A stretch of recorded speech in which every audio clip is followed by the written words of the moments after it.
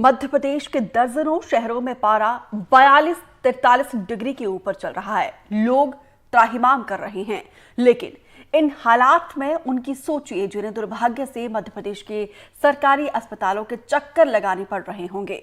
आज हम एमपी के अस्पतालों में इस बात की पड़ताल करेंगे कि चिलचिलाती गर्मी में वहां के हालात क्या है। हमारी ये पड़ताल कल तक चलेगी। हमारी कोशिश ज्यादा से ज्यादा अस्पतालों में पहुंचने की रहेगी और हम सिर्फ वहां की व्यवस्थाओं को दिखाएंगे। अगर हमें किसी सरकारी अस्पताल में चाक चौबंद इंतजाम मिलते हैं तो हम वो भी दिखाएंगे और जहां भी हमें अव्यवस्था दिखेगी वहां हम उस अस्पताल प्रबंधन से भी बातचीत करेंगे, पूछेंगे उनसे सवाल। और आप भी हमें कॉल कर सकते हैं। आपके इलाके में अगर किसी सरकारी अस्पताल में समस्या है तो हमें ज़रूर बताइए। हमारा नंबर लगातार आपके टेलीविजन स्क्रीन पर फ्लैश हो रहा है। स्कूल शिक्षा विभाग में मध्य प्रदेश द्वारा शिक्षकों को बेहतर शिक्षा छात्रों को देने के लिए लगातार निर्देशित किया जाता है, लेकिन शिक्षकों के साथ भी एक बड़ी विडंबना है कि उनसे कई विभागों के कार्य करवाए जाते हैं, जिससे कि कहीं ना कहीं शिक्षा कार्य प्रभावित होता है और कई स्कूल भी इससे प्रभावित होते हैं। तो कहीं ना कहीं छात्रों की शिक्षा पर एक बुरा प्रभाव पड़ता है। तो आज हम अशोकनगर जिले के शिक्षकों के बीच में और इनसे ही जानते हैं कि क्या अटैचमेंट के चलते और अन्य कई आदेशों के चलते क्या परेशानियों का सामना करना पड़ता है। शासन द्वारा लगातार आदेश निकाल जाते हैं, अन्य कार्य करवाए जाते हैं शिक्षकों से, तो क्या समस्याएं आती है और कितना शिक्षण कार्य प्रभावित होता है? शिक्षा विभाग को शासन ने एक प्रयोगशाला के तौर पर बना दिया है। शिक्षकों को शैक्षणिक कार्य के अतिरिक्त अनेक कार्य करवाए जाते हैं और उनका जो मूल कार्य है स्कूलों में पढ़ाई कराना वो नहीं करवाया जा रहा है। आज राजस्व विभाग के काम हो, जनपद के काम हो, महिला बाल विकास के काम हो, कहीं ना कहीं प्रत्यक्ष अप्रत्यक्ष रूप से शिक्षकों को इसमें इन्वॉल्व किया जाता है। चुनाव के अतिरिक्त अन्य जैसे कभी कभी तो देखिए गर्मी बेहाल है और यहाँ पे ये तस्वीर भी हम आपको दिखा रहे हैं, क्योंकि अस्पताल में अगर कोई पेशेंट अपने ट्रीटमेंट के लिए जाता है तो वहाँ पर किस तरीके से इंतज़ाम है, क्योंकि इस तपती झुलसती गर्मी में लोगों का हाल बेहाल है। और जो बीमार लोग अस्पताल पहुँच रहे हैं वहाँ पर अस्पतालों में क्या कुछ व्यवस्था की जा रही है ये भी हम आपको तस्वीरों के जरिए लगातार दिखा रहे हैं। हमारे नंबर लगातार आपके टेलीविजन स्क्रीन पर फ्लैश हो रहे हैं और आप हमें भी कॉल करके बता सकते हैं अगर आपके आसपास जो अस्पताल है वहां पर किस तरीके से इंतजाम है। अगर बद इंतजामी है तो वो भी आप हमें बता सकते हैं। फिलहाल ये तस्वीरें हम आपको दिखा रहे हैं इस चिलचिलाती गर्मी में, जहां पर देखिए किस तरीके से कई अस्पतालों में अव्यवस्थाओं का आलम है और कई जगहों पर तो एक बेड पर 2-2 मरीजों को रखा गया है। और अब चलिए आपको एक रिपोर्ट दिखाते हैं इस पर। तपता हुआ सूरज और पड़ती हुई तेज गर्मी, तापमान पहुंचता है 47 डिग्री के ऊपर। और ऐसे में अगर अस्पताल में पीने के पानी की कमी हो तो आप क्या कहिएगा। पानी अगर है भी तो बहुत कम मात्रा में और वो भी है गर्म, जिसे पिया नहीं जा सकता। इस मरीजों की समस्या को देखते हुए या खासतौर से जो अटेंडर आते हैं उनकी समस्या को देखते हुए प्राइवेट टैंकर जो चलाने वाले हैं, प्राइवेट जो पानी का काम करते हैं, वो जनसेवा करने के लिए यहाँ पानी लेकर के आते हैं। लेकिन अस्पताल प्रशासन के पास मरीजों के साथ आने वाले अटेंडरों को पानी देने के लिए पानी नहीं है। अगर हम इन सब लोगों से बातचीत करें तो आप देख सकते हैं कि किस तरह से मारामारी है। और ये थोड़ी देर के लिए आए हैं और ये सब मरीज जो लाए हैं, अपने अटेंडर जो यहाँ मौजूद है, उनको पानी देने का काम ये फ्री में कर रहे हैं। आप ये पानी फ्री में लाए हैं? हाँ, फ्री में। ये सचिन जैन पत्ते वाले हैं ना, उनकी तरफ से ये फ्री। उनकी तरफ से है। ये जो काम आप कर रहे हैं, अस्पताल में पानी नहीं है? नहीं है, बिल्कुल भी। गर्म आता है, उसमें आता है गर्म पानी आता है। तो आप ये मरीजों से भी बात कर लीजिए और मरीजों से भी हम समझ लेते हैं। तो आप बता दीजिए, पानी मिलता है अस्पताल में? नहीं मिलता है। और गर्म पानी मिलता है? गर्म पानी मिलता है। तो ये जो पानी बांट रहे हैं इससे राहत है थोड़ी सी? हाँ। आपको पानी नहीं मिलता अस्पताल में? नहीं मिलता, गर्म मिलता है। तो फिर ये जो पानी आया कब तक चलेगा ये पानी? जी बस आज संध्या शाम तक अभी बंद हो जाएगा, फिर कहाँ से आएगा पानी? फिर पानी नहीं आएगा।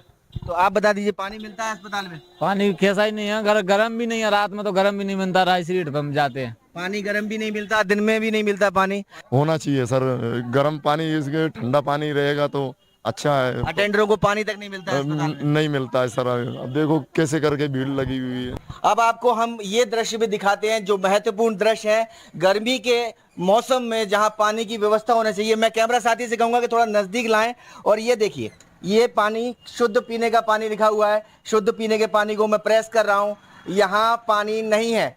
और ये हाथ धोना, कपड़ा धोना मना है, ये पानी है। लेकिन अगर आप इसको हाथ लगाएंगे, ये कितना बारीक पानी आ रहा है, और ये हाथ लगाएंगे तो आप देखेंगे कि कितना गर्म पानी है, जो अपने आप में ये पानी पीने के योग्य नहीं है। आप बताइए भाई साहब, जरा पानी गर्म है क्या? जरा देखिए, पानी गर्म है क्या? आप बताइए। गर्म पानी है, गर्म पानी पी सकते हैं इस पानी को? नहीं पिएंगे, नहीं पी सकते। ये देखने के लिए यहाँ वाटर कूलर लगाया गया है, और वाटर कूलर को देखिए सर, गर्म पानी ये पानी गर्म है कि ठंडा है? गर्म पानी है। आप बता दीजिए सर, जरा चेक करके, पानी ठंडा है कि गर्म है? बता दीजिए, जरा चेक करके बता दीजिए कि ये पानी गर्म है या ठंडा है। आप बता दीजिए। गर्म है, गर्म। इस पानी को पिया जा सकता है क्या सर? नहीं। अब दूसरी परेशानी से भी रूबरू करवाते हैं। जो मरीज यहाँ पहुंचते हैं, उनके साथ अटेंडर जहाँ होते हैं, उनको यहाँ बैठने के लिए पंखे तक की व्यवस्था यहाँ नहीं है। अगर देखेंगे आप तो जमीन पर बैठे हुए लोग हैं जो मरीजों को लेकर के पहुंचे हैं, अटेंडर हैं। और ये आप बता दीजिए थोड़ा सा कि मौसम है तो गर्मी, कूलर वगैरह का कुछ इंतजाम होना चाहिए कि नहीं होना चाहिए? होना चाहिए सर। क्या लगता है आपको, कैसे आप लोग? सब कुछ नहीं है तो मेंटेन करना पड़ रहा है, क्या करें, मजबूरी है, इसलिए होती है। मजबूरी है सर। तो ये जो है, आप बता दीजिए, पानी को लेकर समस्या बाहर देख रहे हैं, पंखे कूलर नहीं है, उसकी व्यवस्था खराब है, क्या कहेंगे आप? गर्म पानी पीना पड़ रहा है। मेन बात तो पंखे की हवा नहीं है कहीं भी, पंखे की हवा नहीं है कहीं भी, पंखा भी नहीं है, खराब हो गए। तो ये जो हालात हैं वो आप समझ सकते हैं कि पानी पीने को नहीं है अस्पताल में, हवा खाने के लिए पंखे नहीं है, कूलर की तो बात ही छोड़िए। कुछ और तस्वीरों से बात कराते हैं और यहाँ के जिम्मेदारों से भी बात करने की कोशिश करते हैं। हमारे साथ सिविल सर्जन है जिला चिकित्सालय शिवपुरी के डॉक्टर यादव साहब, उनसे बात करेंगे। सर, जो पानी को लेकर समस्या है उसको रियलिटी से बता दें। क्या है, मैं बताऊं आपको कि हमारा जो पानी का सोर्स है एक्चुअली वो हमारे पास बोर है, तो बोर से हमारी व्यवस्था है अभी, और हम उससे 75,000 का टैंक भर के उसको लिफ्ट करके और हमारी टंकियों में भेजते हैं, और पानी साफ सुथरा सब कुछ है, वो वहाँ तक के हम लोग ठीक है। और अगर इसमें भी कमी है तो हमारे पास में क्या है, ये मणिगिरा की लाइन है, वो हमारे पास 4-5 दिन में एक बार आती है, उससे भी हमको मदद मिलती है बीच में। तो पानी पूरे गर्म पड़े हैं। हाँ, वो आगे बता रहा हूँ मैं आपको। अब क्या है कि एक तो हमारा आगे का सोर्स है, जो आगे हमारे यहाँ जो आने जाने वाले लोग हैं उनके लिए, और एक है अंदर जाने वाला। तो अंदर में हमने 18 जगह अपने कैंपर की व्यवस्था की है, और 7 जगह हमारे पास में अपने खुद के वाटर कूलर लगे हुए हैं। तो ये तो हो गया अंदर का। अब जो मैदान है उसमें 2 जगह हमारे पास में वाटर कूलर लगे हुए हैं, लेकिन चूंकि रिफिलिंग उसकी इतनी फास्ट होती है और इतनी फास्ट खाली होता है वो, कि उसमें बहुत ज्यादा वो ठंडा नहीं हो पाता, ये मैंने व्यक्तिगत तौर पर देखा है। तो साफ तौर पर अगर आप बात करें सिविल सर्जन साहब की, तो उन्होंने कहा कि निश्चित तौर पर पानी गर्म आता है और पानी की व्यवस्था लोगों को लेकर के जिला चिकित्सालय में सीमित संसाधन है। ऐसे में अगर तापमान 47 डिग्री सेल्सियस है और अटेंडर और मरीज परेशान होते हैं, तो फिर उनकी परेशानी कैसे दूर होगी, ये देखना अभी बाकी है। शिवपुरी से अपने कैमरा साथी नितिन शर्मा के साथ अतुल गौड़, एनडीटीवी। तो देखिए, इस तपती झुलसती गर्मी में जो पेशेंट है अपना इलाज करवाने के लिए अस्पताल पहुंच रहे हैं, लेकिन ये अस्पताल से जिस तरीके से अव्यवस्थाओं का आलम देखने को मिल रहा है, ऐसा लग रहा है अस्पताल खुद ही बीमार है। इस पर बातचीत करने के लिए खास मेहमानों का पैनल हमारे साथ जुड़ रहा है। डॉक्टर प्रभाकर तिवारी, CMHO आप भोपाल हैं, और मीता वाधवा सामाजिक कार्यकर्ता है, और डॉक्टर हरीश पाठक पल्मोनोलॉजिस्ट है। आप तीनों का बहुत बहुत धन्यवाद हमारे साथ जुड़ने के लिए। सबसे पहले सर, डॉक्टर प्रभाकर आपके पास ही आते हुए, क्योंकि हमने एक शिवपुरी की रिपोर्ट दिखाई है, अस्पताल जाता है तो इंसान ट्रीटमेंट करने के लिए, बीमार जो शख्स होता है उसके तीमारदार भी, लेकिन जो शिवपुरी से तस्वीरें निकलकर सामने आई हैं वो तो बहुत सारे सवाल खड़े करती है। इस तपती झुलसती गर्मी में ना वहाँ पे उस हॉस्पिटल में पंखा काम कर रहा है, ना ही पीने की पानी की व्यवस्था है। देखिए, इस पर मैं यही कहना चाहूँगा कि जहाँ तक सरकार अपनी तरफ से, सेंटर की तरफ से या राजधानी की तरफ से सभी अस्पतालों में व्यापक सुविधाएं भी उपलब्ध करा रही है और उनको मेंटेनेंस के लिए सारी चीज़ें दी जा रही हैं, हो सकता है कि स्थानीय स्तर पर कुछ कमियां वहां पर रह गई हों, तो वहां के जो प्रभावी लोग हैं, जो वहां के जो भी इंचार्जेस हैं, चाहे वो बात वहां के सिविल सर्जन की हो या BMOs की हो, तो निश्चित तौर पर वो उन सुविधाओं को वहाँ पर दे सकते हैं। और इसमें स्थानीय स्तर पर ही ध्यान देने की ज़रूरत है, क्योंकि जहाँ तक मुझे भोपाल की जानकारी है कि ऐसी कोई भी कमी या सरकार कोई भी ऐसी चीज़ करने नहीं दे रही है जो कि मरीजों को सुविधाएं उपलब्ध कराए जाने से रोकती हो। यहाँ तक कि गर्मी की तैयारी के लिए अभी हम मई में बैठे हैं, मार्च अप्रैल के महीने में ही सरकार ने गाइडलाइंस जारी की थी और ज़रूरी प्रबंध करने के निर्देश जारी किए थे, जिनका पालन सभी सरकारी अस्पतालों द्वारा किया जाना था और किया भी जा रहा है। तो जो बात आप स्पेसिफिक किसी जगह की कर रहे हैं, वहाँ पर निश्चित तौर पर ध्यान देने की आवश्यकता है। डॉक्टर हरीश, आपसे भी एक ओपनिंग रिमार्क में लेना चाहूंगी, क्योंकि ये तो सिर्फ एक जगह की तस्वीरें हैं, बल्कि कई रिमोट एरियाज ऐसे होंगे जहां पे ना तो डॉक्टर्स होते हैं और सुविधाएं, तो वो भी मूलभूत सुविधाओं की बात कर रही हूं मैं, वो तो दूर की बात। बिल्कुल, मैं इस चीज़ पे ज़रूर ये चीज़ बोलना चाहूँगा कि जिस प्रकार से अभी गर्मी बढ़ती जा रही है, मरीजों को काफ़ी दिक्कत आ रही है इस चीज़ में। काफ़ी ऐसे पेशेंट हैं जो डिहाइड्रेशन से, गैस्ट्रोएंटराइटिस से और ऐसे झुलसती गर्मी से, स्ट्रोक से पीड़ित होते हुए आ रहे हैं। ना सिर्फ नॉर्मल मरीज, जो नॉर्मल लोग जो ऐसे घूम रहे हैं बाहर, बल्कि सबसे ज़्यादा दिक्कत तो उनके लिए है जो ऑलरेडी उनको कई बीमारियां हैं, जो ऑलरेडी डायबिटीज या हाइपरटेंशन या कुछ भी अदर कोमॉर्बिडिटी से सफर कर रहे हैं, जो ऑलरेडी एस्थमेटिक या सीओपीडी पेशेंट्स हैं, उन लोगों को तो दिक्कतें और ज्यादा हो रही है इन गर्मी के मौसम में।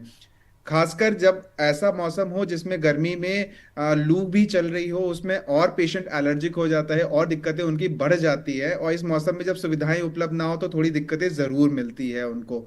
और इस चीज में अगर पेशेंट ख्याल ना रखे, अगर दिन भर की चीजों पे ध्यान, अगर आम दिनचर्या पे ध्यान ना रखे, धूप में ऐसी खुले में घूम रहा है, अपने फेस को, अपने शरीर को ना बचा रहा है, अपने आप को हाइड्रेटेड नहीं रख रहा है, तो दिक्कतें बढ़ने से कभी कभी जान माल का भी खतरा आ जाता है। और इस चीज पे खासा ध्यान रखना चाहिए। बिल्कुल मीता वाधवा, आपके पास आते हैं, क्योंकि आप तो लगातार ग्राउंड में रहते हैं, लोगों की समस्याओं को आप भली भांति जानती हैं, लेकिन सरकार की तरफ से, प्रशासन की तरफ से जो तमाम दावे किए जाते हैं, वो भी देखिए इस बार गर्मी जो है रिकॉर्ड तोड़ रही है। इसके बावजूद जो पेशेंट हॉस्पिटल पहुंच रहे हैं उनके लिए मूलभूत सुविधाएं तक नहीं मिल रही है। क्या कहेंगे आप?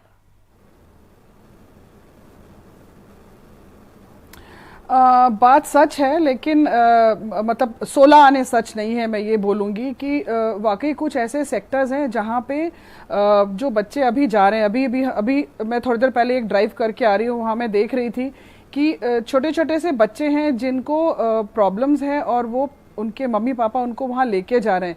और जब वहाँ जाते हैं तो गर्म पानी जो मिलने की प्रॉब्लम है, वो तो सीधी सी बात है, घरों में भी गर्म पानी आ ही रहा है। तो इसके लिए व्यवस्था पहले से करना बहुत ज़रूरी था। अब हम बहुत लेट हो चुके हैं। हम लोग हमेशा, क्या होता है कि चाहे वो सरकार हो या आम जनता हो, बड़े रिएक्टिव मोड में काम करती है।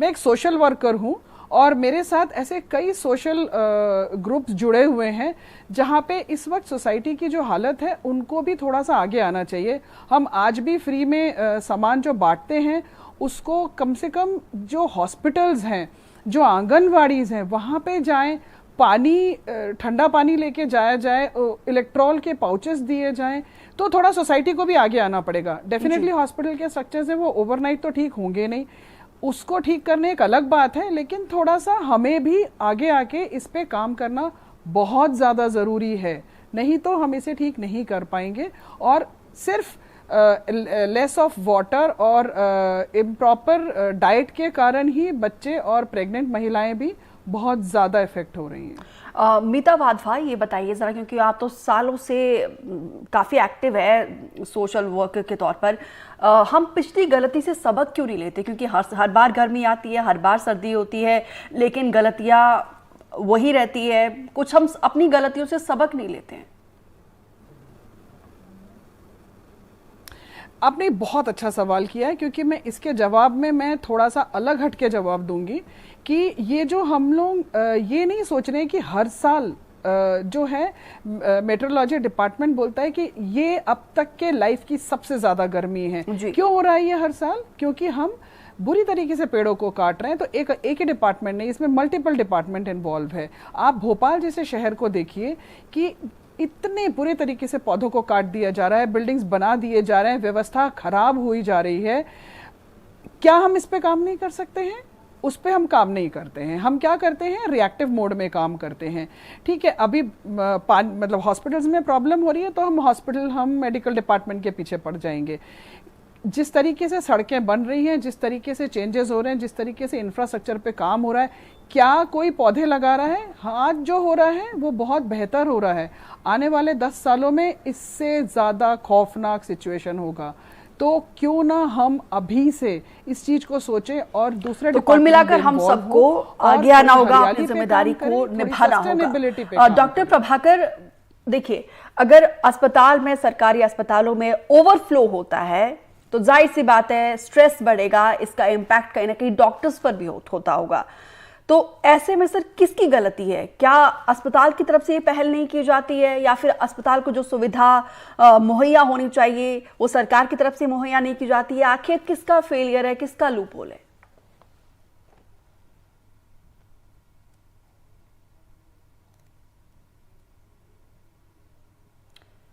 डॉक्टर प्रभाकर, आपकी आवाज नहीं आ पा रही है। उपलब्ध कराने के लिए प्रयास करती रहती हो जी।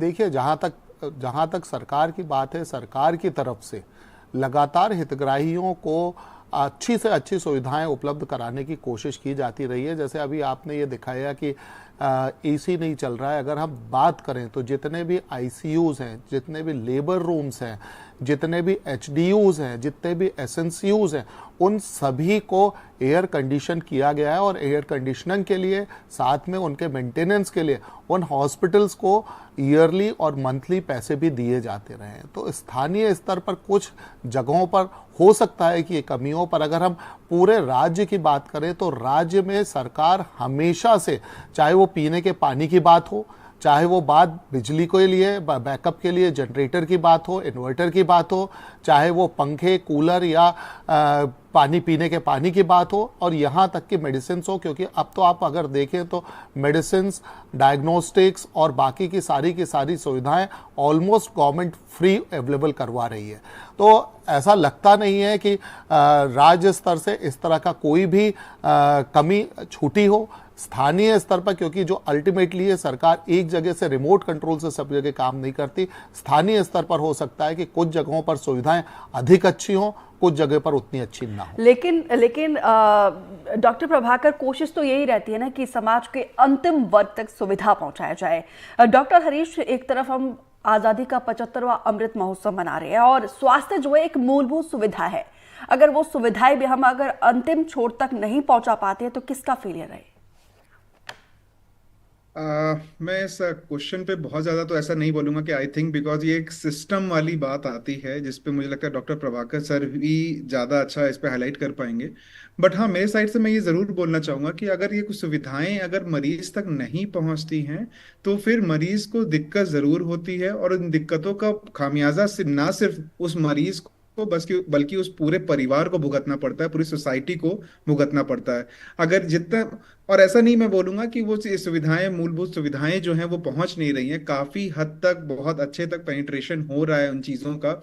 हाँ, उसकी अवेलेबिलिटी जाहिर सी बात है पहुंच रही है, मेट्रो सिटीज में पहुंच रही है, जो अच्छे शहर है वहां पर पहुंच रही है। लेकिन बात यहाँ पे अंतिम छोर पर आ रही है, रिमोट एरियाज पे, ग्रामीण अंचल की बात कर रहे हैं, जहाँ पे लोग जो है अभी भी उतने अवेयर नहीं है। हमारी कोशिश ये रहती है कि वहां तक तमाम सुविधाएं पहुंचे, एटलीस्ट मूलभूत सुविधाओं की मैं बात कर रही हूँ। और यहाँ पे मीता जी, क्योंकि देखिए आज ही सूबे की मुखिया बाकायदा मीटिंग कर रहे हैं और हीट स्ट्रोक से कैसे बचा जाए, तो मीटिंग्स तो की जाती है लेकिन उसका एग्जीक्यूशन सही से नहीं हो पाता है। क्या वजह आपको लगती है? मुझे लगता है इसमें दो चीज़ों की ज़रूरत है, ना सिर्फ एक मीटिंग और उसका सिर्फ हमें सुविधाएं देना मरीज को इम्पोर्टेंट है। दूसरा चीज़, हमें इस चीज़ का भी ख्याल रखना चाहिए कि हमें पर्सनल लेवल पे जो लोग हैं उनको तो भी अपने लेवल पे मैनेजमेंट आना चाहिए। थोड़ा सा प्रिकॉशन और अवेयरनेस होना जरूरी है। मैं ये चीज बिल्कुल मानता हूं कि जो दिहाड़ी मजदूर हैं, जो डेली जाके काम कर रहे हैं, वो काम करना बंद नहीं कर सकते, मगर अगर हम कुछ प्रिकॉशंस लेके काम करें, कुछ पानी की सुविधा उनके लिए बंदोबस्त, मिनिमम जो सुविधाएं हैं वो उनके लिए बंदोबस्त हो जाती है, वो अपना काम करते रहते हैं, या फिर बाकी लोग भी जो है कुछ अपने प्रॉपर मैनेजमेंट, जो बेसिक मैनेजमेंट है उनको वो चीज भी सिखा दिया जाए, प्रॉपर ट्रेनिंग दे दी जाए, तो काफी हद तक मॉर्बिडिटीज, काफी हद तक जो दिक्कतें होती हैं इनकी वजह से, वो हम कम कर सकते हैं। ये एक बेसिक चीज है जिसमें किसी भी सुविधा की या मटेरियल की जरूरत नहीं पड़ती है। एक प्रॉपर ट्रेनिंग, एक प्रॉपर उसके प्रिकॉशंस क्या लेने हैं, उन चीजों की बातें बताई जाए आम जनता को, काफी ठीक है। आप सभी मेहमान हमारे साथ बने रहिए। शिवपुरी से हमने आप लोगों को ग्राउंड रिपोर्ट दिखाई है, एक और ग्राउंड रिपोर्ट दिखाते हैं रतलाम से हमारी सहयोगी की। यह रतलाम का जिला अस्पताल है जहां पर कई अनियमितताएं आपको देखने के लिए मिल जाती हैं। कई चीजें हैं। अभी यह जो है, आप यहाँ देखें किस तरीके से गंदगी यहाँ पर पसरी हुई है। सामने ही जो है वो आईसीयू के वार्ड वगैरह हैं। तो ये आप देखें किस तरह से गंदगी है। यहाँ जो ये पानी है, बहुत गर्म पानी आ रहा है। कई समस्याएं लोगों को यहाँ हो रही हैं। जो टॉयलेट्स हैं, जो पब्लिकली टॉयलेट जो बनाए गए थे, हम वहाँ जा भी नहीं सकते, बहुत ज़्यादा बदबू यहाँ पर आ रही है।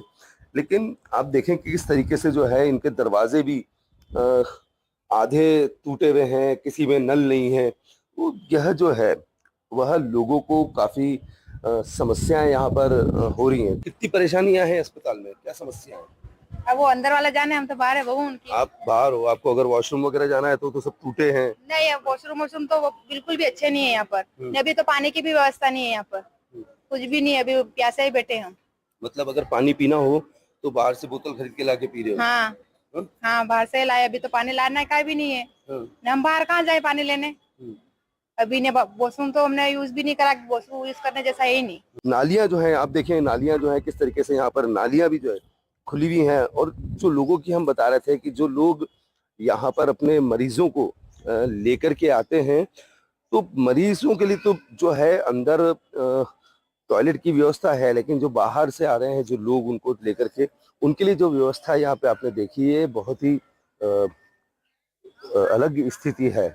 और इससे काफी यहाँ पर लोग जो हैं वह परेशान भी हो जाते हैं। यहाँ पर देखिए आप किस तरीके से लोगों के पास जो है कोई दूसरी चीज नहीं होती है, कोई ऑप्शन नहीं होता है। गर्मी ज्यादा है तो या तो टीन के शेड के नीचे बैठ के अपना काम करेंगे या फिर पेड़ के नीचे इस तरीके से बैठ जाते हैं। दादा क्या नाम है आपका? वजीराम नाम है। क्या हो गया, कैसे आना हुआ अस्पताल? अरे ऑपरेशन कराना आया तो पोस्टिंग थी। ऑपरेशन कराने आए थे, हो गया? हो गया ना। कितनी क्या समस्याएं हैं अस्पताल में? अस्पताल में तो पानी समस्या ज्यादा है। पानी की समस्या है? पानी नहीं है पीने का? पानी नहीं है। पानी नहीं है, थोड़ी देर में खत्म हो जाता है वो। अच्छा। और हमने देखिए बाथरूम वगैरह सब टूटे पड़े हैं। सब टूटे पड़े, गंदगी बहुत है इधर। तो आप बताएं थोड़ा सा। हमने देखा है कि जो महिला के जो शौचालय हैं बहुत खराब स्थिति है। हाँ। तो फिर आप लोग कैसे मैनेज करते हैं यहाँ रहे इतने दिन? तो ये तो टूटे हुए हैं, तो फिर क्या करते हैं? परेशान हो रहा है, क्या करें। परेशान हो रहे हैं। हाँ। क्या? बिल्कुल। देखिए यही मुख्य बात है कि जो महिलाएं हैं, महिलाओं की जो बात की जाती है तो बताया जाता है कि महिलाओं को लेकर के बहुत ज्यादा जागरूकता वाली बात होती है कि ऐसा होना चाहिए, लेकिन यह होता यहाँ दिख नहीं रहा है। अस्पताल प्रशासन के दावे बड़े हैं कि सारी सुविधाएं यहाँ मौजूद हैं। यहाँ लिखा जरूर है पानी अनमोल है, इसे व्यर्थ न बहाएं, लेकिन हकीकत कुछ और ही दिखाई पड़ती है। रतलाम से साजिद खान, एनडीटीवी। मीता वाधवा, यहाँ पे शिवपुरी से भी बदतर हालत है रतलाम के अस्पताल की। यहाँ पे पानी नहीं है और इस तपती जुलसती गर्मी में देखिए पारा 40-45 के आसपास है और यहाँ पे लोग पेड़ के छांव के नीचे रहने को मजबूर है। टॉयलेट्स के बुरे हाल है।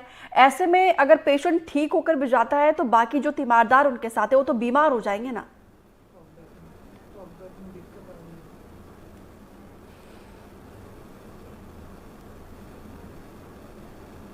मीता जी, वॉशरूम को लेकर जो अभी आपने बताया जी, वॉशरूम को लेकर जो अभी आपने बताया, ये एक बहुत अक्यूट प्रॉब्लम है और ये मेरे ख्याल से हमारे जितने हॉस्पिटल्स हैं वहाँ पे इस पे बहुत ज़्यादा ज़रूरी है काम करना, क्योंकि जो महिलाएं भी जाती हैं या जेंट्स भी जाते हैं वो वॉशरूम ज़्यादातर यूज़ नहीं कर पाते। हमारे यहाँ जो बड़े हॉस्पिटल्स हैं गवर्नमेंट के वो बहुत अच्छे हैं और बहुत वेल मेंटेन्ड हैं, लेकिन मैं जब भी इंटीरियर में जाती हूँ वहाँ पे टॉयलेट्स की हालत काफ़ी ख़राब है।